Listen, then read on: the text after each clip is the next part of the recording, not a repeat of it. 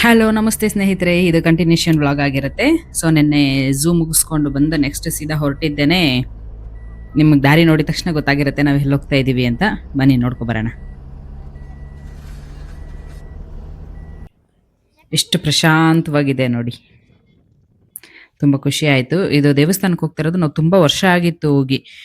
ನಾವು ಲಾಂಚ್ ಇತ್ತಲ್ಲ ಆವಾಗ ಹೋಗಿದ್ದಿದ್ದು, ಅದು ಬಿಟ್ಟರೆ ಇವಾಗಲೇ ಹೋಗ್ತಾ ಇರೋದು. ತುಂಬ ವರ್ಷ ಆಗಿತ್ತು. ಹೋದ್ವಿ, ಹೆಂಗೋ ಏನಂದರೆ ಲಾಸ್ಟ್ ಮಿನಿಟಲ್ಲಿ ನಮಗೆ ಅದು ದರ್ಶನ ಆಯಿತು. ನಾವೇ ಲಾಸ್ಟು ಒಳಗಡೆ ಹೋಗಿ ದರ್ಶನ ಮುಗಿಸ್ಕೊಂಡು ಬಂದ್ವಿ. ಕ್ಲೋಸ್ ಮಾಡಿಬಿಟ್ರು, ಹಂಗೇನೆ ಇಮಿಡಿಯೇಟಾಗಿ ಕ್ಲೋಸ್ ಮಾಡಿದ್ರು. ಅಲ್ಲಿಂದ ಆಚೆ ಬಂದಿದ ತಕ್ಷಣ ಊಟಕ್ಕೆ ಹೋದ್ರೆ ಊಟ ಕ್ಲೋಸ್ ಆಗಿಬಿಟ್ಟಿತ್ತು.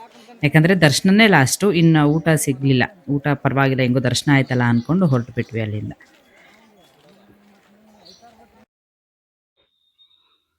ಸೀದಾ ಹೊರಟಿದ್ದು ಜೋಗ್ ಫಾಲ್ಸ್ಗೆ. ಜೋಗ್ ಫಾಲ್ಸ್ಗೆ ಹೋಗೋಣ ಅಂತ ಹೋದ್ರೆ ನಮಗೆ ಗೊತ್ತಿಲ್ಲ ಜೋಗ್ ಫಾಲ್ಸ್ಗೆ ಹೋಗ್ಬೇಕು ಅಂದ್ರೆ ಲಾಂಚಲ್ಲಿ ಹೋಗ್ಬೇಕು ಅಂತ.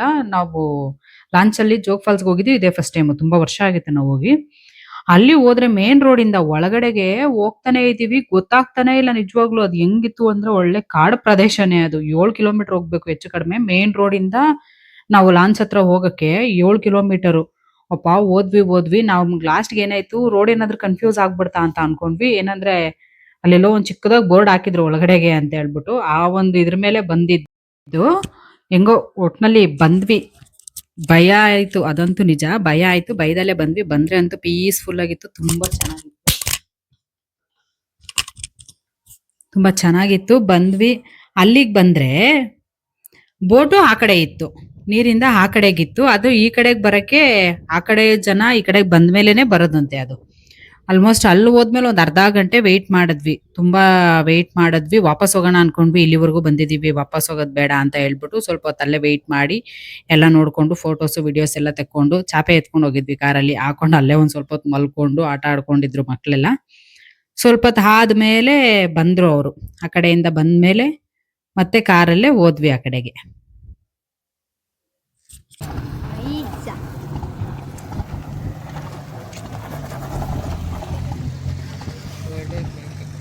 ನೆಕ್ಸ್ಟ್ ಇನ್ನೊಂದು ಒಮಿನಿ ಐತೆ, ಗಾಳಿಯ ನೀರು. ಇನ್ನೊಂದು ಒಮಿನಿ ಐತೆ.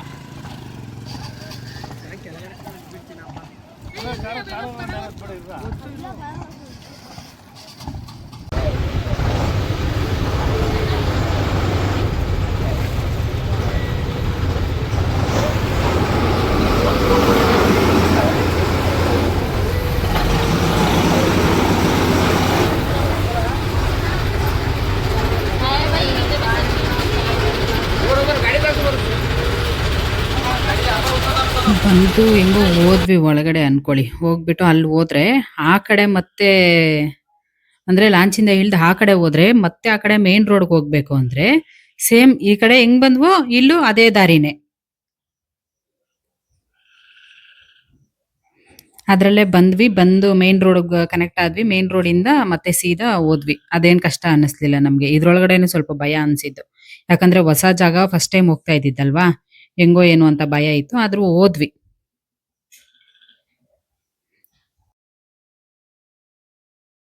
ಮೇಲೆ ಚಾರ್ಜ್ ಮಾಡಬೇಕು, ಪರ್ಸನ್ ಮೇಲೆ ಯಾಕೆ ಚಾರ್ಜ್ ಮಾಡ್ತೀರಾ? ಈ ಮಕ್ಕಳು ನೋಡಿದ್ರೆ ಬಿಡಲ್ಲ ಅಂತವೆ. ಈ ಮಕ್ಕಳು ನೋಡಿದ್ರೆ ಕರ್ಕೊಂಡು ಹೋಗಿಲ್ಲ ಅಂದ್ರೆ ಬಿಡಲ್ಲ ಅಂತವೆ. ನೀನ್ ನೋಡಿದ್ರೆ ಅಷ್ಟು ಹೇಳ್ತೀಯ.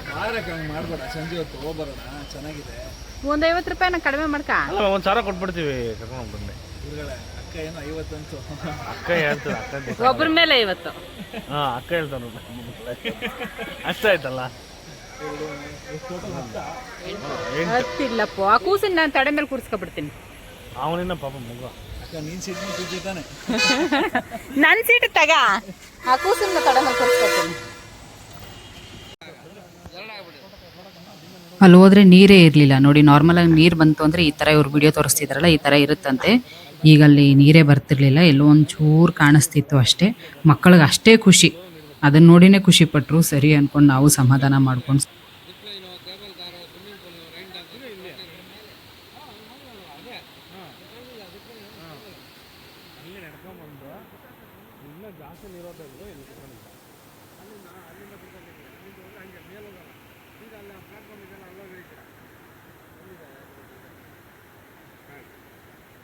ಒಂದು ವಿಡಿಯೋ ಮಾಡ್ಕೊಟ್ಬಿಡ್ತೀವಿ. ಮಾಡ್ತಿದ್ದಾರೆ ಬಿಡಿ, ಅವರು ಇವ್ರನ್ನ ಕರ್ಕೊಂಡು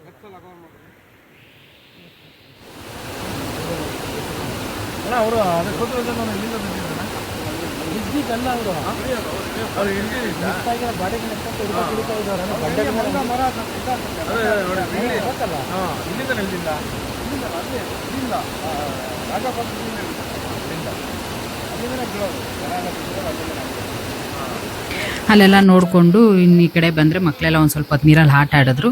ಅಲ್ಲಿ ಮುಗಿಸ್ಕೊಂಡು ಸೀದಾ ಹೊರಟ್ವಿ.